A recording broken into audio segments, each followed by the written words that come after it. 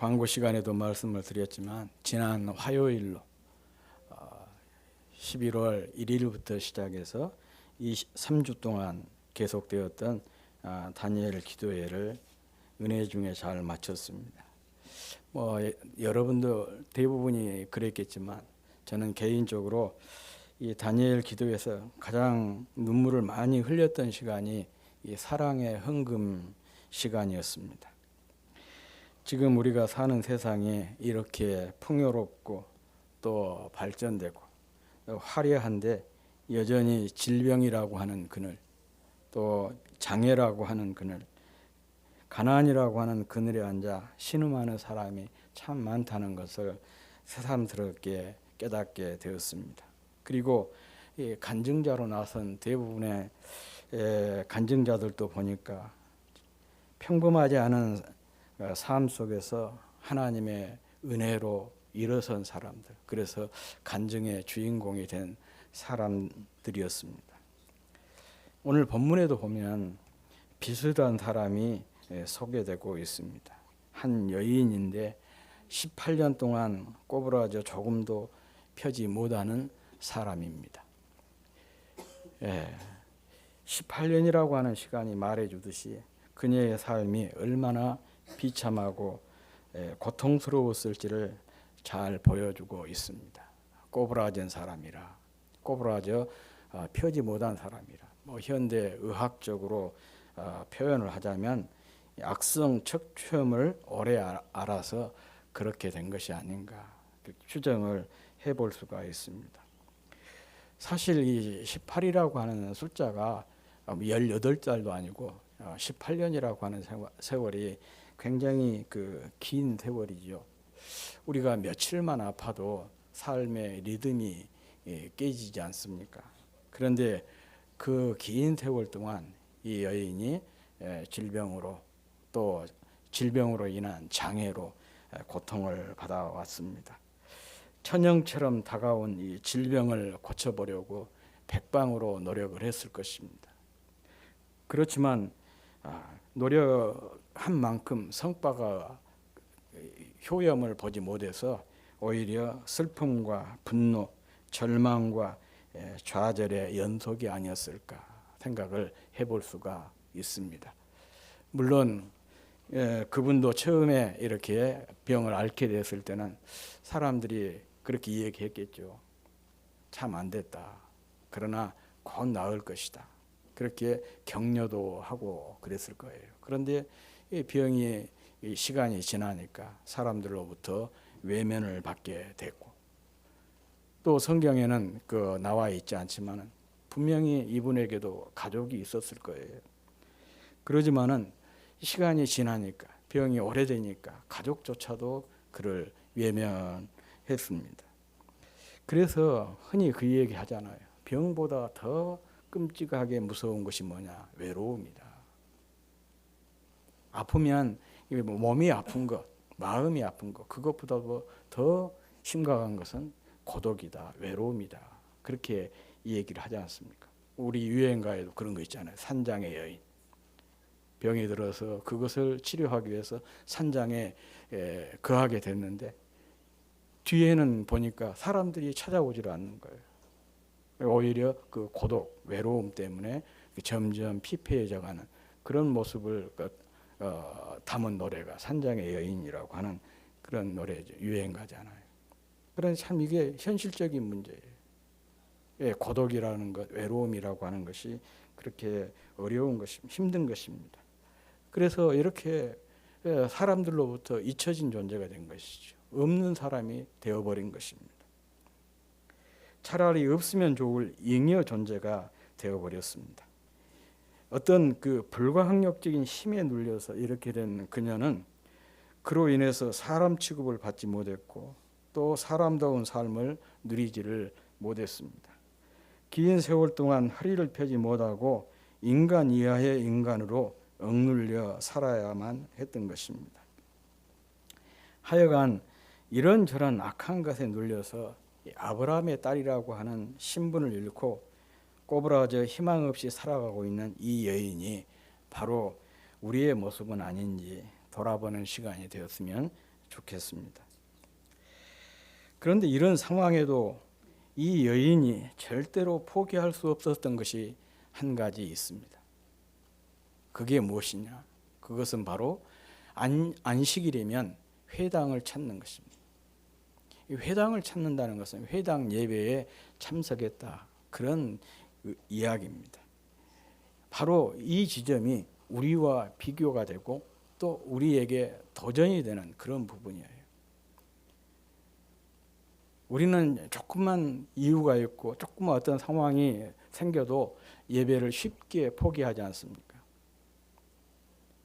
그런데 이 여인은 이런 상황에서도 절대로 예배를 포기하지 않고 꼭 안식일이면 꼬박꼬박 회당 예배에 참여했다는 것이죠. 이게 참 우리가 눈여겨봐야 될 대목입니다. 또 도전을 받아야 될 그런 부분이에요. 이 여인이 자신의 한계, 곧 불행을 넘어설 수 있었던 비결이 바로 여기에 있었던 것입니다.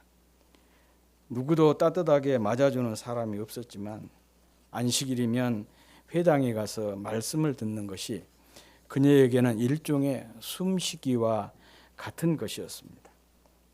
어떤 사람은 이 여인이 예수님에 대한 소문을 듣고 회당을 찾았다, 그렇게 말을 하지만 저는 그렇게 생각하지 않습니다.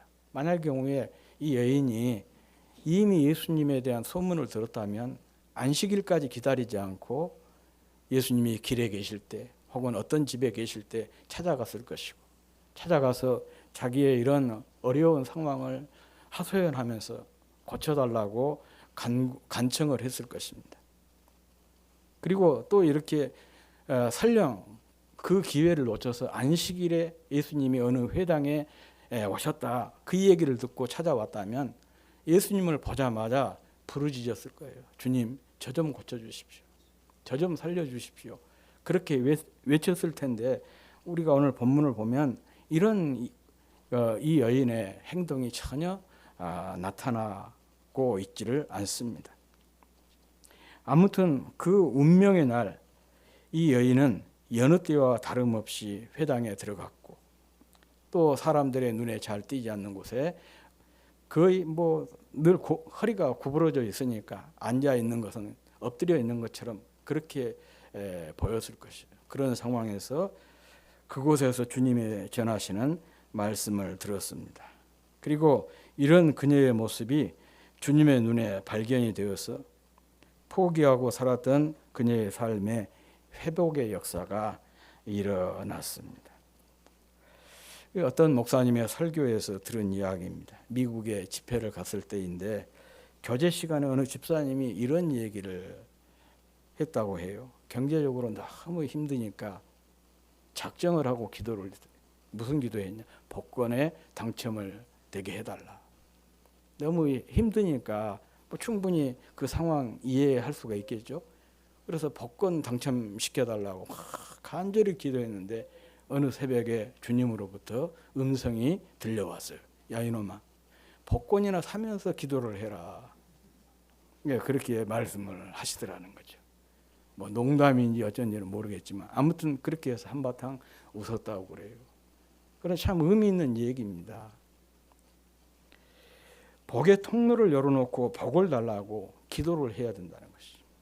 물론 하나님께서는 주님은 능력이 많으시니까 아주 비상한 방법으로 우리에게 역사하실 수도 있어요. 그렇지만 대부분의 경우는 주님께서 이런 복의 통로를 통해서 역사를 하시게 되죠. 그렇다면 복의 통로가 뭐냐? 우리 장로교 헌법이 있거든요. 그 헌법에 보면 성도의 의무가 4가지가 나와요. 첫 번째가 주일 성수, 두 번째가 헌금 생활, 세 번째가 전도 생활, 네 번째가 봉사 생활이에요. 이게 바로 성도의 4대 의무, 그렇게 얘기를 합니다. 그런데 성도의 이 4대 의무는 곧 축복의 복의 통로 역할을 하는 거예요.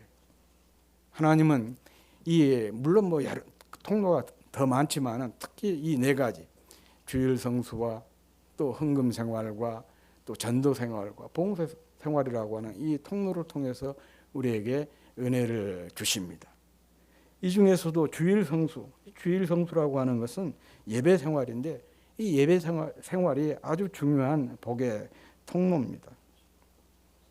그러므로 우리가 주님의 복을 받기를 원한다면은 예배의 자리를 확보하는 것이 이 주님의 복을 받는 아주 중요한 비결입니다. 오늘 본문에서 희망 없이 살았던 여인이 회복의 복을 누리게 된 것도 절망적인 상황에서도 예배의 자리를 지켰기 때문입니다. 예배를 통해서 주님을 만나게 됐고 주님을 통해서 긴 세월 그를 붙잡고 있던 병마로부터 노임을 받게 되었던 것입니다. 아브라함의 딸이라는 영광스러운 신분을 회복하게 되었습니다. 이 절망적인 상황에서 벗어나기를 원한다면, 정말 주님의 복을 받기를 원한다면 우리도 이 여인처럼 예배의 자리를 사수할 수 있기를 바랍니다. 당시 그 유대교 회당의 구조는 강단이 있고 앞쪽에 유대인 남자의 자리, 그리고 뒤쪽으로 아이들과 여성의 자리, 이렇게 구분이 되어 있었어요. 지금은 뭐 이렇게 혼성으로 앉지만 우리나라도 불과 한 몇십 년 전까지만 해도 예배당이 양쪽으로 나누어져 있었거든요. 그래서 한쪽에는 여성, 한쪽에는 남성. 또 어떤 교회는 아예 그냥 기역자로 된 교회가 있어요. 기역자로 돼가지고 한쪽에는 여성, 한쪽에는 남성, 강단, 그렇게 돼 있었어요. 이렇게 양쪽으로 구분이 우리는 시켰지만은 유대교에서는 강단이 있고 앞에는 남자, 뒤에는 여자와 아이들, 이런 식으로 구분이 되어 있었어요. 그래서 그 경계를 넘어가서는 안 됐습니다. 그런데 이 여인은 뒷자리에 엎드리다시피 바닥에 앉아서 힘겹게 고개를 들고 주님의 말씀을 듣고 있었는데 갑자기 주님과 마주치게 되었고 또 주님으로부터 부르시는 소리를 들었습니다. 그래서 그 자리에서 벌떡 일어나 주님 앞으로 나아갔습니다. 남자의 자리를 지나 감히 강단 앞에까지 나아간 것입니다. 이건 상징적인 의미가 크죠. 변두리에 내몰린 인생이 공동체의 중앙으로 초대받은 것을 의미합니다. 전혀 사람들에게 주목받지 못한 인생이 사람들에게 주목받도록 그렇게 초대를 받은 것입니다. 그리고 주님께서 이 여인을 향해서 이렇게 말씀을 하셨습니다. 오늘 본문 12절, 13절입니다. 우리 함께 읽어보겠습니다. 시작. 예수께서 보시고 불러 이르시되 여자여 네가 내 병에서 놓였다 하시고 안수하시니 여자가 곧 펴고 하나님께 영광을 돌리는지라. 이 구절이 굉장히 중요합니다. 짧은 구절에 주님의 행동이 네 가지로 나타나고 있습니다. 첫째는 보는 것입니다. 누구도 이 여인을 눈여겨보지 않았는데 그런데 주님께서 그녀를 보신 것입니다. 그녀가 본 것이 아니라 주님이 먼저 보셨어요. 이런 것을 신학적으로 선수적인 사랑이라 그렇게 얘기해요. 내가 주님을 찾은 것이 아니라 주님이 나를 찾아오신 것이다. 내가 주님을 사랑한 것이 아니라 주님이 먼저 나를 사랑해 주신 것. 마찬가지로 그녀가 주님을 본 것이 아니고 주님께서 그녀를 먼저 보셨다는 것이죠. 이렇게 없는 존재로 그림자처럼 살아가고 있는 그녀를 주님께서 눈여겨보신 것입니다. 둘째는 부르신 것이에요. 이 부르셨다 이 말씀은 큰 소리로 불러내신 것을 의미합니다. 당시 유대 사회에서는 공적 장소에서 자기 아내일지라도 남자가 여자를 자기 곁으로 부르는 것이 용납되지 않은 그런 사회였습니다. 그럼에도 주님은 그녀를 앞으로 불러내셨습니다. 앞서 말씀을 드린 대로 이런 주님의 행위는 변두리에 내몰린 인생을 공동체의 중심으로 세우셨다. 사람들에게 전혀 주목받지 못한 인생을 사람들에게 주목받는 그런 인생으로 세우셨다.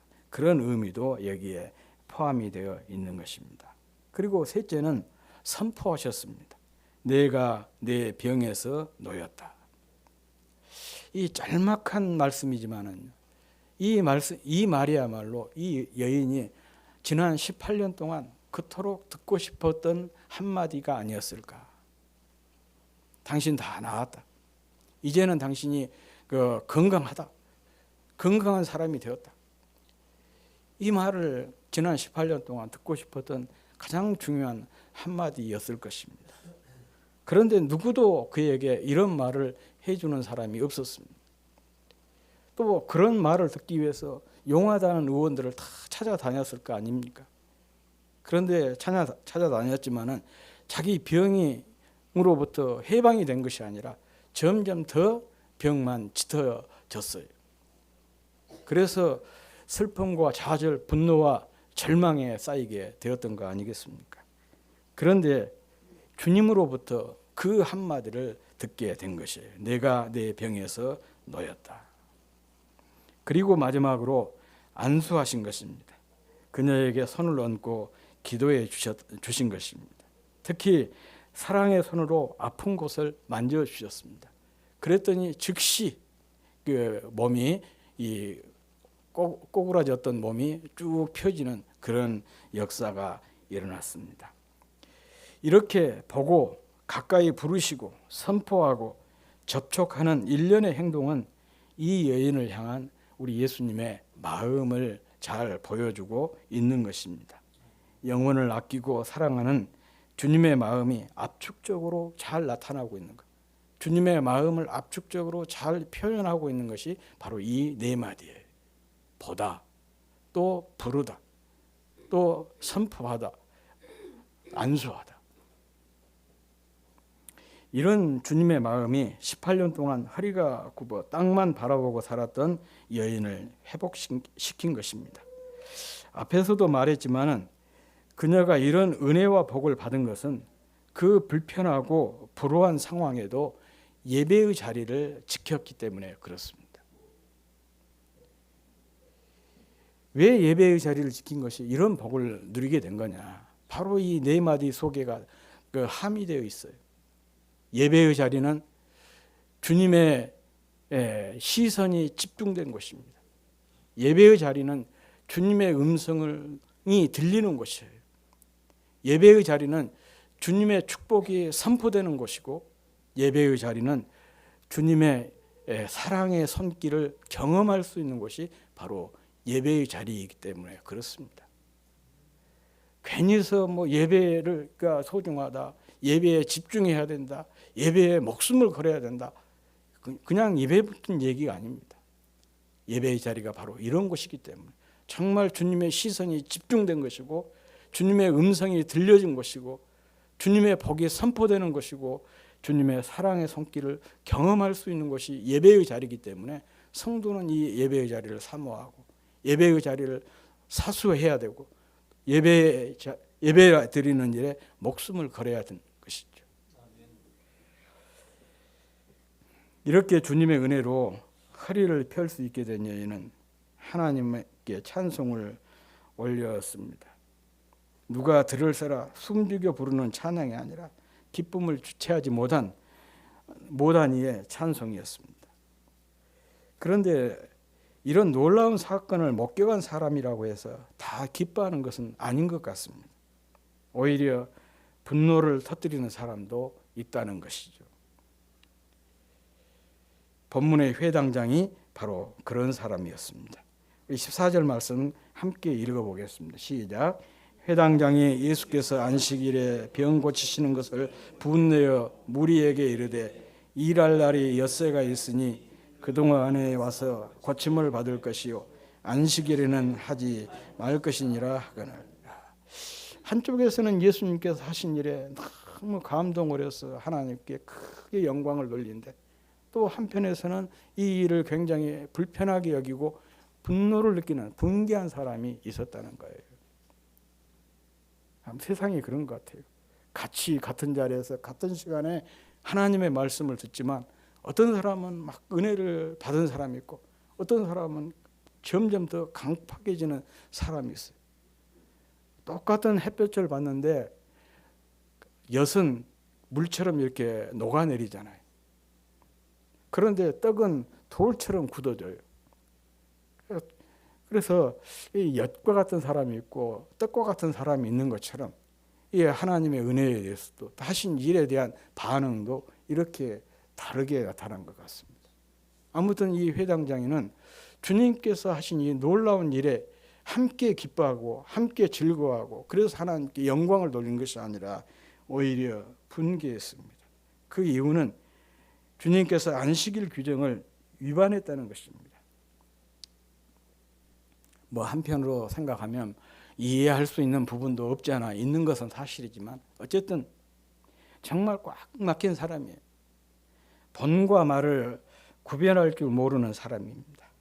규정과 규칙에 매여서 생명 중심의 사고를 하지 못한 사람입니다. 사실 안식이라고 하는 것은 생명이 회복되는 날입니다. 허리를 편 이 여인은 주님을 통해 진짜 안식일을 경험한 것입니다. 반면에 마치 자기 권위가 훼손되기라도 한 것처럼 화를 내고 또 회중에게 일장 연설을 한 회당장이야말로 진짜 꼬부라진 사람이에요. 이 사람은 육체가 꼬부라진 사람이 아니라 마음이 꼬부라진 사람입니다. 규칙을 이렇게 금과 옥조처럼 여기는 일이 반복될 때 공감 능력이 확 떨어지게 되는 것이거든요. 이 공감 능력이 떨어진 사람의 특징이 뭐냐?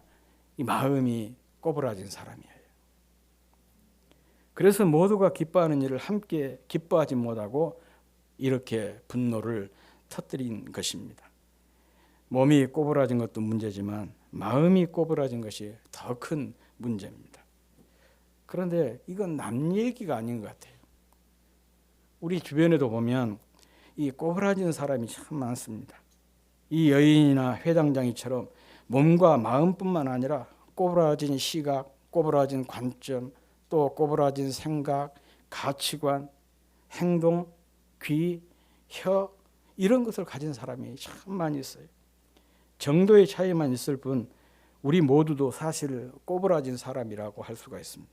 그래서 사물이나 사건을 바로 보지 못하고 또 올바르게 생각하지도 못하고 행동하지도 못하고 항상 삐뚤어지게 보고 삐뚤어지게 생각하고 삐뚤어지게 행동을 합니다. 듣거나 말하는 것도 마찬가지예요. 누가 말을 하는데 그냥 곧이곧대로 그대로 듣는 것이 아니고 항상 삐뚤어지게 듣는 사람 있잖아요. 왜곡해서 듣는 사람. 또 말을 해도 자꾸 그 왜곡시켜서 말을 하는 그런 사람들이 있어요. 왜 그러냐? 귀가 삐뚤어졌기 때문에 꼬부라져 가고 혀가 꼬부라져서 그런 것이에요. 그렇다면 왜 이렇게 꼬부라진 것일까? 이 본문의 여인이 귀신이 들리고 또 회당장이가 율법의 정신에 상관이 없는 규정과 규칙에 매인 것처럼 무엇인가에 꽉 붙잡혀 있기 때문에 그런 것입니다.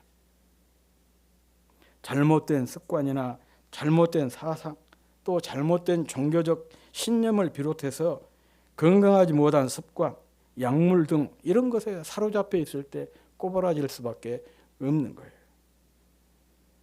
특히 오늘날 세대를 불문하고 스마트폰에 사로잡힌 것도 우리의 삶을 꼬부라지게 하는 중요한 요인 중에 하나입니다. 그러므로 우리가 어떻게 해야 되느냐? 이 꼬부라진 것을 쫙 펴야 되는 것이죠. 어떻게 해야 이 모든 것들로부터 해방이 되어서 쭉 펴질 수가 있을까? 가만히 보면은 요즘에 성형이 굉장히 발달해 있지 않습니까? 특별히 우리 한국 사회에서 성형이 대세를 이루어요. 25세에서 28세 젊은이들 이렇게 설문조사를 했더니 자기 외모에 대해서 만족하지 못한 사람들이 80%가 넘는데 이 사람들이 다 어떤 생각을 가지고 있냐? 성형을 해야 되겠다. 그러니까 성형외과가 다 돈을 잘 번 것 같아요.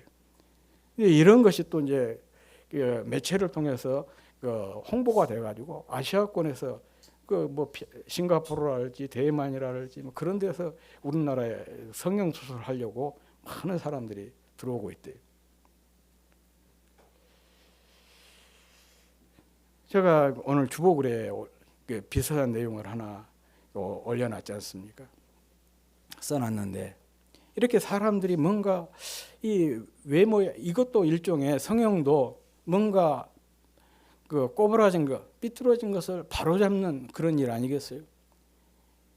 이는 외적으로 꼬부라진 것 이런 것들을 에 대해서는 신경을 쓰고 이런 것은 쭉 펴려고 애를 쓰는데 정말 중요한 것은 우리 마음이잖아요. 우리 생각이지 않습니까? 우리 관점이잖아요. 이런 것들에 대해서는 사람들이 크게 신경을 쓰지 않는 것이 아닌가 하는 그런 생각을 해보고 보게 되는데 어쨌든 우리가 어떻게 하면은 이렇게 꼬부라진 것들로부터 해방이 되어서 쭉 펼 수가 있을까? 그 비결은 이 꼬부라진 여인이 회장을 찾듯이 주님께서 거하시고 또 영광스러운 주님께서 예배를 받으시는 자리를 사수하는 것입니다. 정말 우리의 그 마음을 삐뚤어진 마음을 바로잡을 수 있는 또 잘못된 그 가치관이랄지 또 그 어떤 그 관점을 바로잡을 수 있는 최상의 비결은 바로 여기에 있습니다. 예배를 소중히 여겨서 어떤 상황에도 예배의 자리를 지키는 것입니다. 그리고 이렇게 우리가 예배 자리에 나와서 이렇게 부르짖는 거예요. 내가 아프고 심히 구부러졌으며 종일토록 슬픔 중에 다니나이다. 내 허리에 열기가 가득하고 내 살에 성한 곳이 없나이다. 내가 피곤하고 심히 상하였으며 마음이 불안하여 신음하나이다. 이 다윗의 그 회개시거든. 이런 마음으로 회개하는 마음으로 주님께 나와서 나의 구부러진 마음, 구부러진 시각, 또 구부러진 관점, 가치관 이것을 쭉 펴달라고 그래서 쭉 펴진 인생이 되게 해달라고 주님께 부르짖는 것.